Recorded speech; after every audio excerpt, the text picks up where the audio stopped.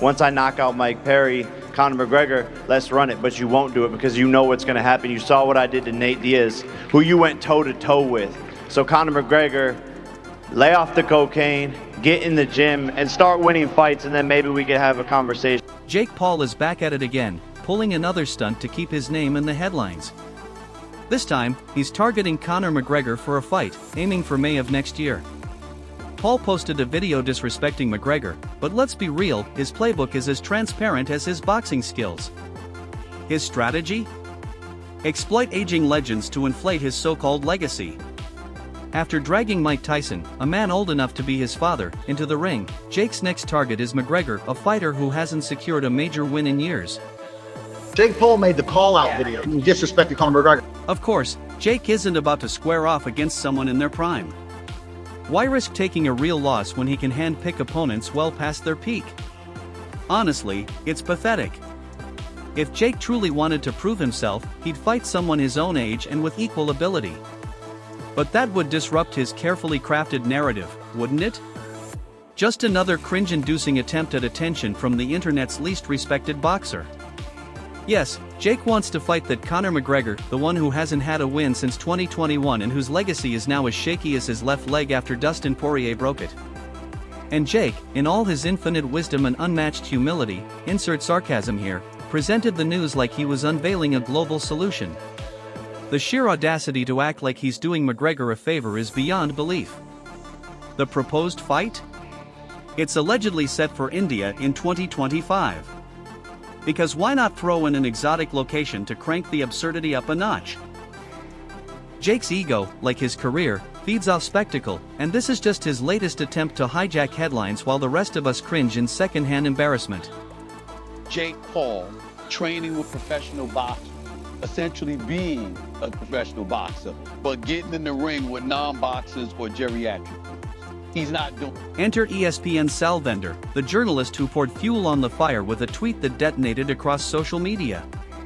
He claimed Jake Paul vs. Conor McGregor is being eyed for July, August, or September of 2025, and yes, it's supposed to happen in India. Because, again, why not? A bizarre matchup isn't complete without an exotic setting and a timeline far enough away to forget how laughable it is. Salander's tweet turned Twitter into a circus, likes, retweets, memes, everything blew up. What made his post so maddeningly effective is that it didn't confirm anything concrete, but still managed to keep everyone talking. Whether Salander is a media manipulator or just an agent of chaos is still up for debate. But one thing's clear, he's helped Jake Paul stay relevant, which, let's not kid ourselves, is Jake's ultimate goal. This isn't about boxing, it's about grabbing attention. And Jake is a master at that game. But let's not forget, Jake's been on a streak lately. Remember his so-called victory over Mike Tyson? Yes, Jake stepped into the ring with a 58-year-old and acted like he'd conquered the heavyweight elite. The judges scored it unanimously in Jake's favor, but considering Tyson's age, was anyone really shocked? That didn't stop Jake from celebrating like he was the reincarnation of Sugar Ray Leonard. Delusion fuels the man. Jake's game plan for that fight was clear: stay upright against someone who qualifies for senior benefits, then put on a show for the cameras. Naturally, he documented every second of his intense prep. Because a Jake Paul fight without a training montage is like a YouTube video without clickbait, it just doesn't happen. Push-ups, sparring, selfies, his team captured it all. The final product? A performance so lackluster, even Tyson's age-softened punches couldn't make it watchable. Critics weren't just bored, they were disgusted. If Jake Paul excels at anything, it's turning mediocrity into performance art. Now let's pivot back to this McGregor debacle. Jake's proposal reeks of desperation. He knows Conor's long past his prime, but that's Jake's specialty, picking opponents who pose minimal threat. For McGregor, this is less about boxing and more about a paycheck. What else does he have going on? Whiskey sales? Played out trash talk? Jake views this as another chance to feed his bottomless craving for relevance. Why doesn't he just get in the ring? He's on Twitter, he's on his yacht, he's on cocaine, but he's not in the ring with me. Financially, the fight makes sense, and that's the only reason it's being entertained. Jake Paul has built his entire career on controversy for cash. The bigger the name, the louder the buzz, and Jake knows how to stir up both. But don't mistake this for a genuine step forward in his boxing career. Jake's idea of boxing success revolves around dancing around retired legends and dodging actual competition. Conor McGregor, once the untouchable face of the UFC, is now teetering on the edge of irrelevance. He used to intimidate rivals with his fists and charm millions with his Irish bravado. Now, he's more recognizable for peddling whiskey and firing off embarrassing Twitter tirades than for doing anything meaningful in the cage. And let's not forget, his last noteworthy moment was snapping his leg against Dustin Poirier in 2021. It was a loss so brutal that even McGregor's signature trash talk couldn't rescue him. Since then, he's been floating through a fog of inactivity.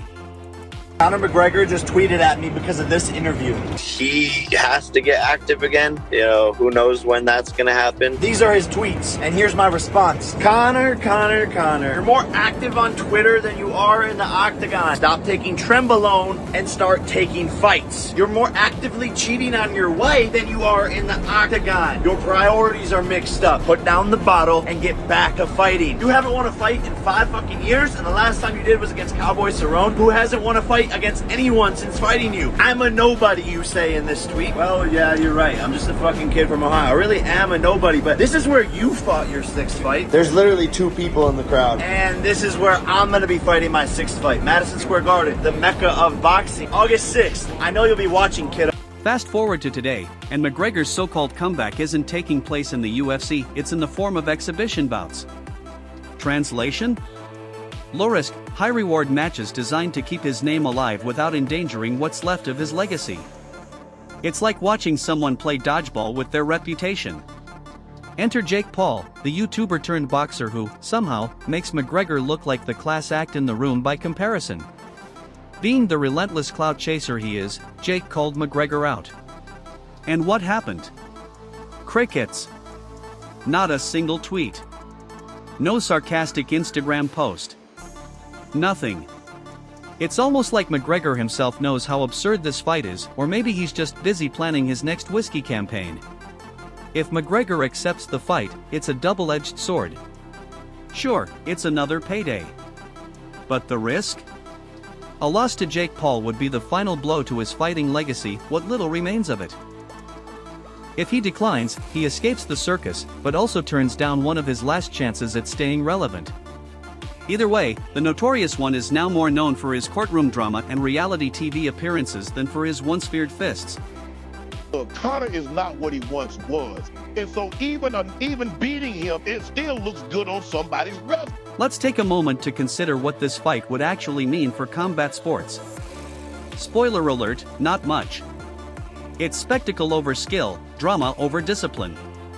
Boxing purists will groan, MMA fans will roll their eyes, and casual viewers will tune in strictly for the memes. Jake Paul doesn't care about credibility, he cares about cash. For McGregor, it's another loophole to avoid the octagon and cash a bloated check.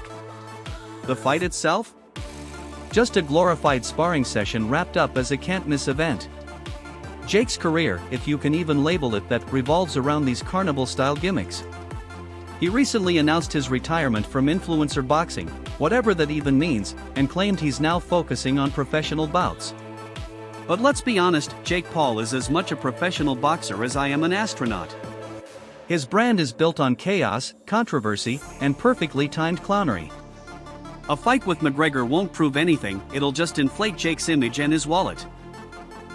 Win or lose, Jake will manipulate the outcome to make himself look like a mastermind. That's his real talent. Make no mistake, it will be a trilogy fight down the line. It won't be straight away, but we will do it 3 times, 100%. So here we are, watching this circus unfold in slow motion. McGregor, once a fearsome warrior, is now just a shadow of his former self. Jake Paul, a walking meme factory, thrives on the chaos he creates. And then there's Sal Vendor, stirring the pot just enough to keep this madness alive. Whether the fight happens or not, the damage is done. Boxing, MMA, and everyone who cares about actual sportsmanship lose, while Jake Paul laughs his way to the bank. For him, it's never been about the fight, it's about the attention. And boy, does he know how to get it? Yet, despite all of that, here we are, still witnessing this car crash in slow motion. Jake Paul, a guy who's mastered the art of being insufferable, is trying to sell us on a fight that nobody asked for, but everyone will probably watch out of sheer morbid curiosity. Whether or not it happens, one thing is certain, Jake will milk this for every last drop of attention. For him, it's not about the sport. It's about staying relevant in a world that's increasingly tired of his antics. Conor McGregor calls out Jake Paul for the next boxing fight. Here it is. Make a new name for yourself. Look at what has happened to Michael Perry. You know, one of our big stars here, the king of violence. He titles himself, and you know he's had such a rise in the sport. Now he's up against you know, a little dweeb of a thing in a fight this weekend that we're all rooting for him. If you enjoyed the video, don't forget to hit that like button and subscribe to TKO Edge for more knockout content. From fight breakdowns to real-time reactions, we've got it all right here. Until next time, stay sharp, stay strong, and keep your guard up.